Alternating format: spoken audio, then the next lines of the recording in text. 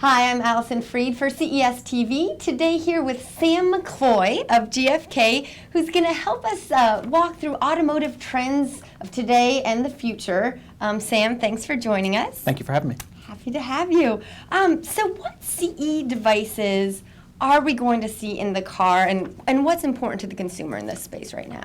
Well, that's a really interesting question, and the question that the industries, both the tech and the automotive spaces, are asking isn't so much what is it that consumers want right now, but what will they want in the next 5 years.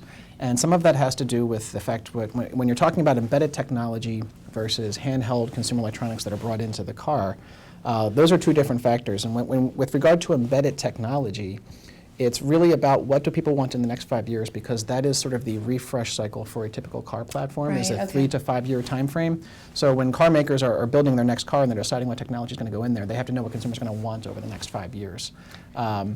So in terms of the things that we see being integrated into the car now, and what we expect to see more of, are ways to integrate map data, traffic, weather information, and infotainment systems. We don't see a lot of consumer electronics in the car right now catered to a passenger relative to the driver. Right now it's all about putting information in front of the driver. We expect to see more entertainment-based services for passengers in the years to come. Excellent. Now, as we look into that crystal ball of the future, are we seeing driverless cars anywhere on the horizon? So the short answer is yes. There's driverless cars now.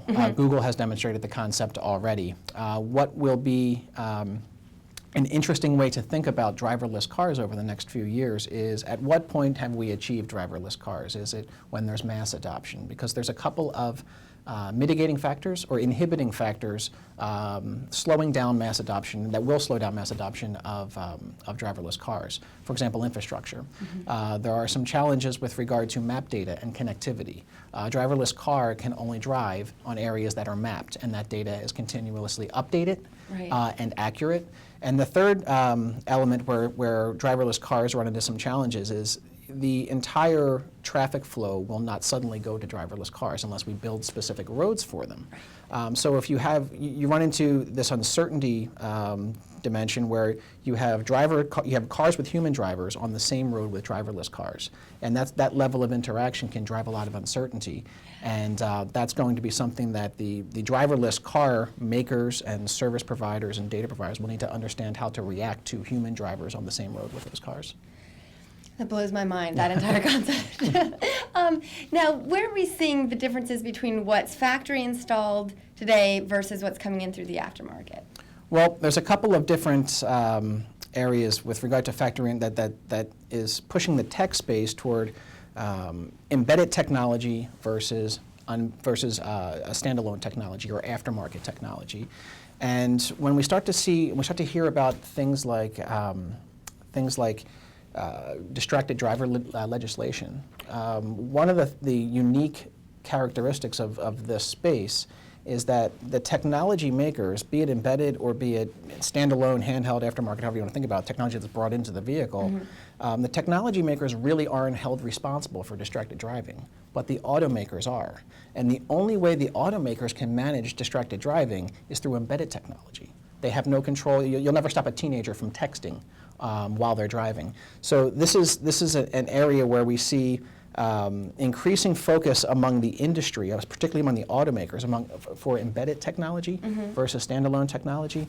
But the idea of standalone technology integration, the way how technology can be as seamlessly integrated as possible into the vehicle, we'll see more of, but the emphasis will still be on embedded technology. Great.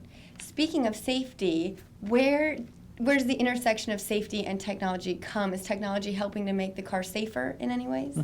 Well, safety can come in a different variety of ways. So you can think of safety in terms of proactive and reactive. So distracted driving would be a case of proactive safety. You would be preventing dangerous situations from happening in the first place. That is something that the car maker can control, assuming that everything is integrated and embedded in the car itself.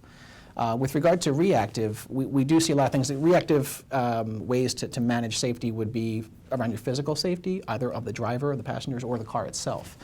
We will continue to see technologies like surround cameras Cameras, not just rear view cameras, which exist now in many new cars, but also side view, corner view, above, below. For example. So we'll see more of that.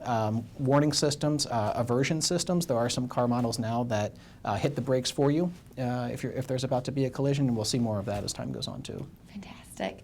Thank you very much. Been very helpful and insightful when it comes to automotive technologies, and we can expect to see a lot of this automotive tech at the 2013 International CES. Thanks for joining us.